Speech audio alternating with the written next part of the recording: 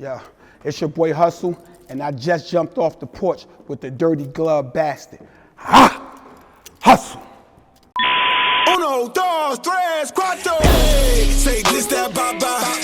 DJ like cha-cha. All right, so we got Huzsuh jumping off the porch with us today. You already know what it is. Huzsuh 48BG. We off the porch. Let's turn up. There it is, man. How you feeling today, man? I feel good energy coming from you. Yes, I'm great. You know, running a little behind, but I'm here. Yeah. Let's get it. Nah, that's no problem, man.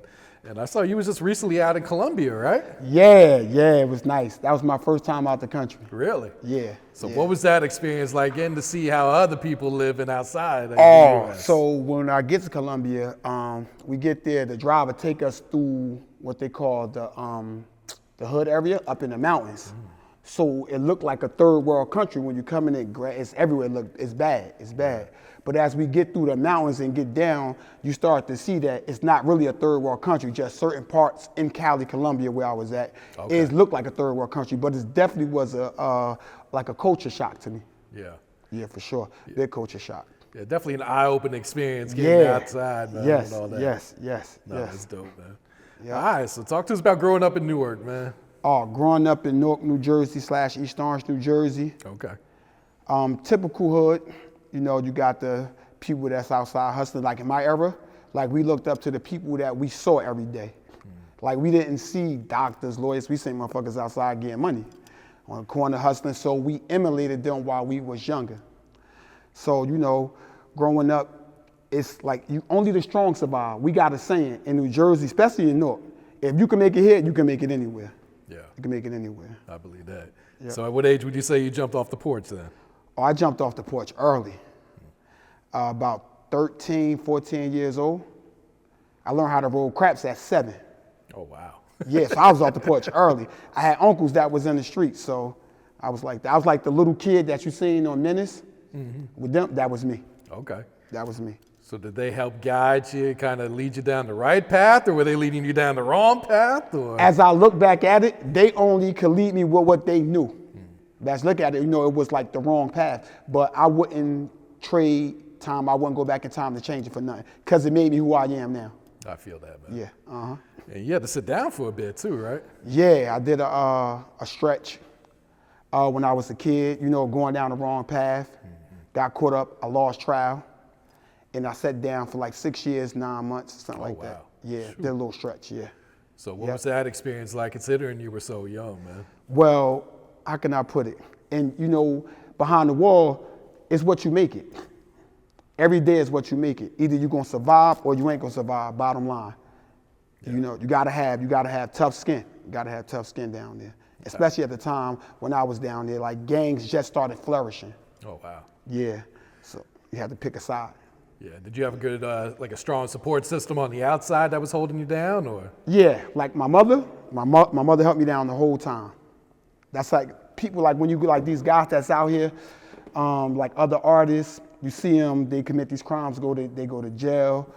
They don't know what they're in store for. They thinking that the people that's around them every day are going to be there. The longer you sit, the shorter the list is going to get. Oh, yeah. Then you're going to realize who your true friends and family are once you're behind that wall, because that's at your lowest point of life.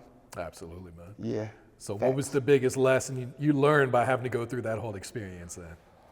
Oh, take advice from older people. Like my uncle and them told me, like, yo, leave them boys alone. That right there is important. Like when older people give out advice, make sure you take heed. So that's why I be trying to give advice, you know, to my fellow peers. Okay. Facts. Yeah, so you kind of took that knowledge and then you're now passing it down. Yes, passing it down. Yes, got to break the chain. Absolutely. Definitely got to break the chain. No, that's true, Yeah. man. All right, so how long have you been making music? When did you first start rapping then? All right, hold on one second. I started making music in 2000, and I say about 2010, like playing around, 2010. I just started, I've been grinding every day, trying to perfect the craft, but we actually just started rolling about a year and a half ago. Okay. Yeah, just about started a year and a half ago, like really taking it serious. Yeah. About a year and a half ago. So what happened a year and a half ago that made you want to lock in? Okay, my manager at the time, he gave me the blueprint of a way that we could also make money with music. So I'm like, okay, we could do this, that, and the third. Let's go back to it. And then, like I said, I was making music like on and off. So like the city where I'm from, people like encourage you, like, yo, keep going, keep going, keep going, keep going. But when my manager came with the blueprint, I was like, okay, let's get it. Let's shoot for it. Yeah, I feel That's that. it. So how would you describe your transition then, coming from the streets, leaving prison into the music industry then? I'm like a student of the game. So like I studied the game before I got into it. Cause you hear so many artists saying, you gotta watch out, the industry fake, you gotta watch out for this, you gotta watch out for that. So it's not really like no hard transition. But since I've been down here in Atlanta, Yeah. I got with the right team, and I'm learning like the ends of it. Cause like in Jersey, we just up top, they rapping, we think we know what we doing up there, but in all actuality, it's not. Yeah. So I got down here, got around the right team, and now it's like a smooth transition. So it's like no hard transition for me. Okay. Like I didn't lose a beat being locked up all them years. I came out, I never lost a step. I wasn't like what they call that, when you lost in time, like lost time. I forgot whatever word that is, but I felt right in. I ain't missed not one beat. Okay. Yeah. So how long you been in Atlanta and what brought you down here then? I came to Atlanta in 2019, I believe. Okay. I came down in 2019. I got a chance, to make it out the hood. So most people be in the hood, they stay in the hood. Like my goal was always to make it out. Yeah. So, I made it out. I came down here. That's when my manager hit me and like, yo, look, we could do this X, Y, and Z, and we took it from there. Okay. Yep. So how would you compare living in Atlanta to back at home in Newark? Oh my God, it's a big difference. It's a world of a difference. It's a super world of a difference. Because in Jersey, people don't look at it. It's like it's dark, it's cloudy, it's always raining, it's cold. Down here, it's a different atmosphere. Mm-hmm. Sunny, it's hot, plenty of women. And like one of the biggest things is from Jersey and living in the South, is like the gun law. Okay. Everybody named They mother. don't play up there. Yeah. Everybody named mother got a gun down here. In Jersey, that shit not happening. You're not walking around with guns on you like that. That's like one of the major differences that I seen being down here. Yeah, no, that's true. That's a big difference. And how would you compare the music scenes from here in Atlanta to back at home then? It's like two different things.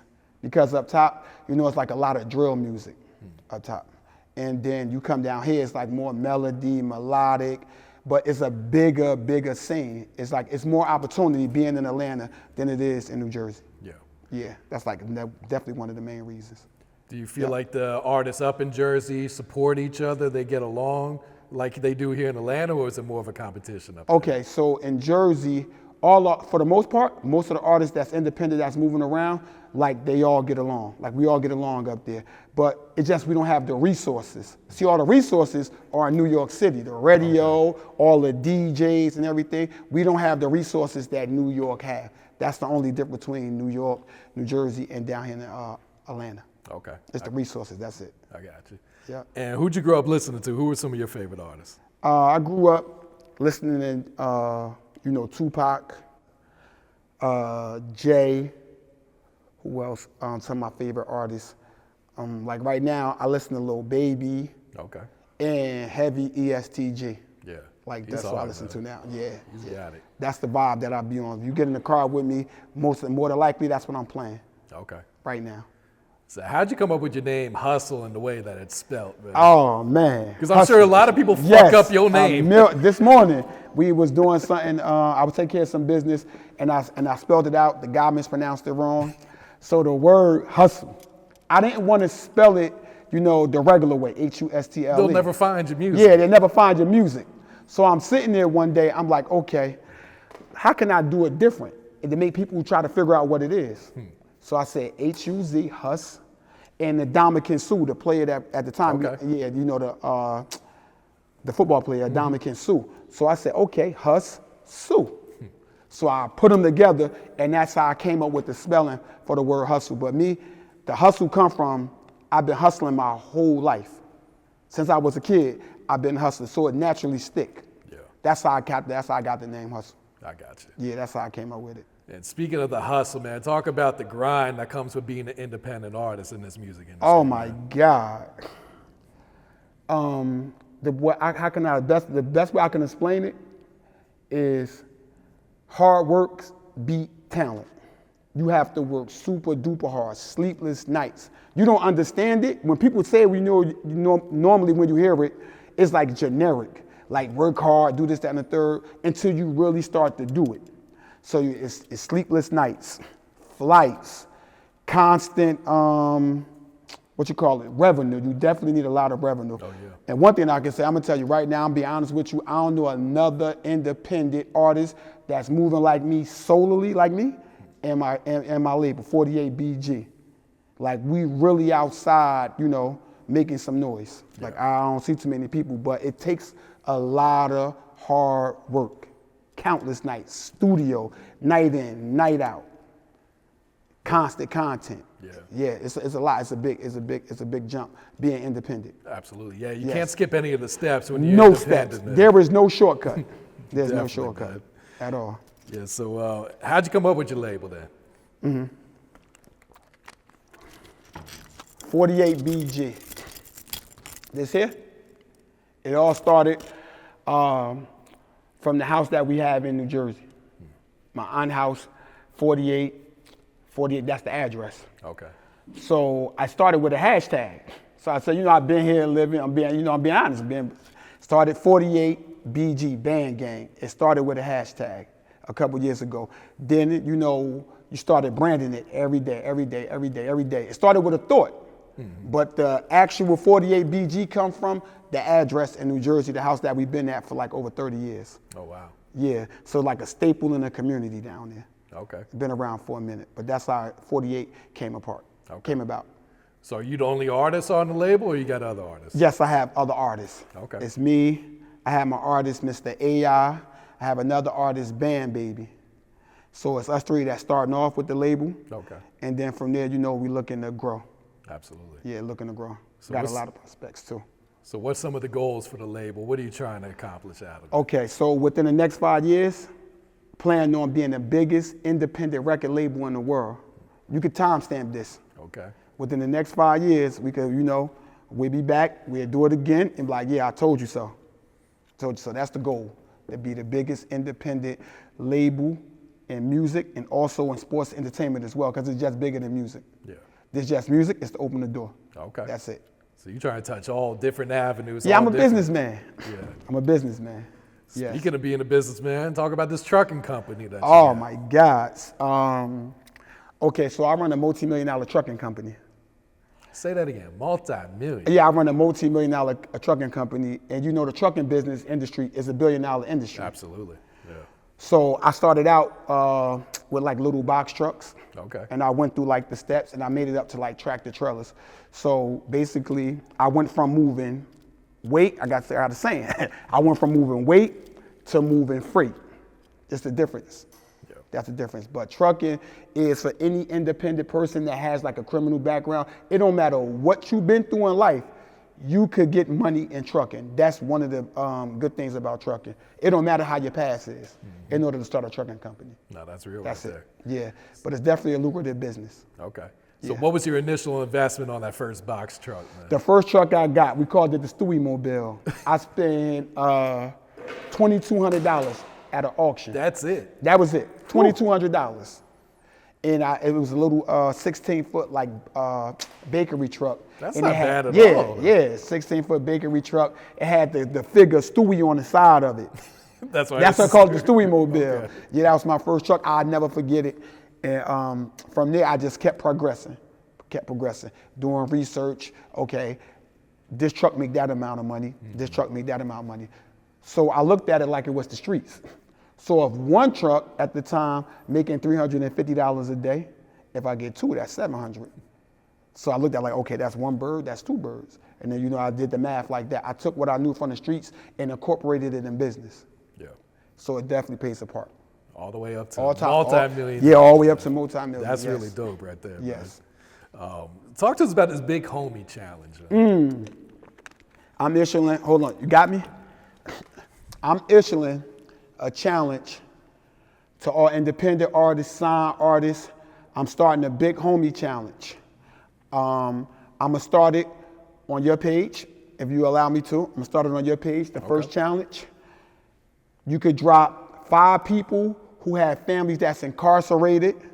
Long as you didn't rape nobody, long as you done did nothing to kids, you, what you call that? They could be a participant inside the challenge. So I'm going to take 5 people, random people. I'm going to send them money to their books, and then I challenge the next big artist, next independent artist to step up and do the same thing. Because you got to lead by example. You can't forget where you come from. So this is one of my ways of giving back to, like, you know, never forget like where you come from. Like the Big Homie Challenge. You guys claim to be big homies. Okay, show me. This is what big homie do. They lead by examples. Yeah. So that's the Big Homie Challenge. 5 people, whenever you post this, the first 5 people or whatever 5 we pick, we do the research to make sure they don't got none of them charges like that. I'm going to send them some money to their books. That's dope right there. All right, then we can repost it. Yeah, I salute you for that. That's the Big Homie Challenge. And talk to us about this Air Hustle Kicks for Kids. Okay, Air Hustle. We have a partnership with Nike. Okay. Whereas though I do a give back, I come to the inner city Nike store. We started the first one in New Jersey. We have one coming up soon in Atlanta where we giving away kicks for kids between the ages of preschool and 7th grade. So normally what they do, they come in the store, we got food, beverages for them, they take pictures, and they go pick any sneaker that they want inside the store, and we take care of it out of our pocket. Oh, that's really It's dope Kicks right for there. Kids, and we partnered up with Nike, and they gave us Air Hustle. Okay. That's how we came up with it. So why is giving back so important for you, man? I learned in order to be successful in life, like the first thing they tell you is you have to learn how to give back early. You start giving back early, so when you do a mass amount of money, it's not going to be so hard for you to do it when you got a lot of money. People don't understand that the power of giving back is real. Yeah. You get it back 10 times over. You just don't post it, like you don't do it for, how can I say, what they say, for clout. You don't do it for likes. I don't do it for none of that. I do a lot of stuff I don't post. Yeah. A lot of stuff I don't post. But you know I do it out the kindness of my heart. Yeah. That's my main reason of giving back. I fuck with that, man. Yeah. All right, so talk about the inspiration on this new single, Walk on Water. Oh, I'm about to walk on water, eh? I'm about to walk on water. Walk on water. I got the beat off of a producer, and like when I heard the melody, it just like it came in my head, and the how can I put it? It's something different. It don't sound like nothing that's out. It don't sound like nothing that's out. I know people made a couple Walk on Water songs, but not like this, in this capacity, this lyrical skills, not in this capacity, that's what I say. So Walk on Water, just like one of them records. It's just like one of them records that, okay, this record is dope. Let's push this one. Yeah. That's what Walk on Water is. How's the feedback been so far? Oh, great.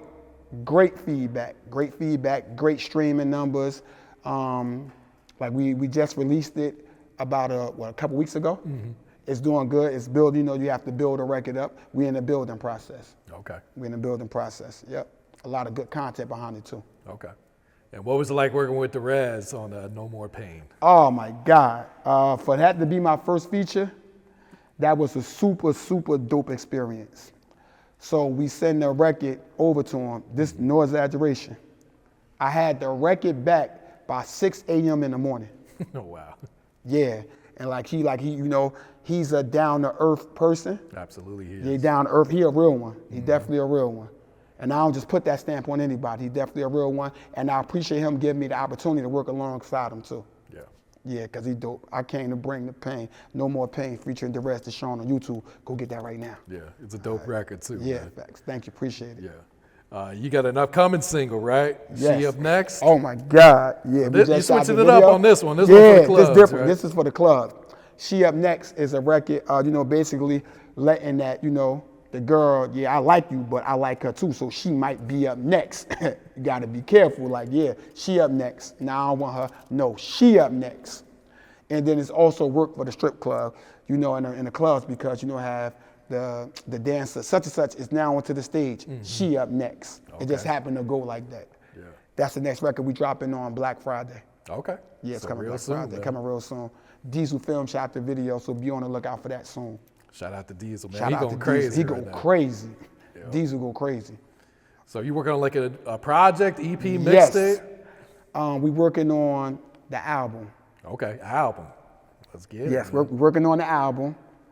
Top of the year. It's a toss-up between two titles. The way the process is going is getting bigger than one title. So we might just go with the All Hustle, No Luck. That's what we might go with, the All Hustle, No Luck. Pretty much sure that was it might be. Okay. And working with some of the top producers in Atlanta, the top writers in Atlanta, and we trying to deliver a classic at the top of the year. I got you. Yeah, we're going for the Grammys too. Okay. We're going for the Grammys. One of them type projects. No skips. No skips. No skips. No skips. No skips. No fillers. How long you been working on this project? Like, have you been stacking songs for a while for it? Yes. So we've been working on this project for about a year or so. Okay. Working on it about a year, because it takes time to deliver a classic. Absolutely. You can't rush a classic. Yep. It take time. Definitely sure. take time. Yep. So what's your thoughts on like the rap game, the music industry, everything that's going on right now? Right now, it's more, the time span of a record doesn't live as long as it used to. The music doesn't stick. So that's why for the project, we're making music that stick. You get a hit record, it only be a hit record for what, about 60 days, 90 days, some of the biggest songs. I can name a couple of them that you don't even hear no more. And we going the opposite from that right there. So the music industry is just basically like, to me, it's just like, we have to start making music that stick, that means something. There's only a few artists that make music that stick. And I'm trying to go in that same category with them. Other than that, the music scene is dope, it's fresh, I ain't got no complaints. I ain't got no complaints, yeah. You like who you like, and you like who you don't like. Yeah. It's kind of like something for everyone out there. Yeah, something for everyone now, yes. Because everybody doing music, you can start rapping tomorrow. Yep. And then you'll have a fan base. Real shit. So it's a little something for everybody out here. Yeah. Yep. What else you working on, Huzsuh? What else coming up for you, man? Okay, so we working on the first pair of Air Hustle sneakers. Oh, really? Yeah. That's dope. With Nike, Air Hustle, that's one. And we also working on Walk on Water, my own brand of water. Really? Yeah, that's the two things that we're working on. And working on this album. That's it. The main focus right now is delivering a classic on our album at the top of the year. That's what we're working on. I got you. Yep. All right, you got any last words for your fans? Any advice? Any shout outs you like to give? I want to give a shout out to my team, Red Push, my manager Brooke, Robin, Charles, shout out to like the whole team, everybody that, that's helping us, helping the movement move. Because that's one thing I want to give some advice to. You can't do it by yourself. If I had some advice to tell up and coming artists, you cannot do it by yourself. You need a team, a strong team. And basically, that's it. Go follow me on IG, HUZSUH, Huzsuh, Instagram, Spotify, all the streaming platforms. And let's get ready for the top of the year. 48BG, Hustle.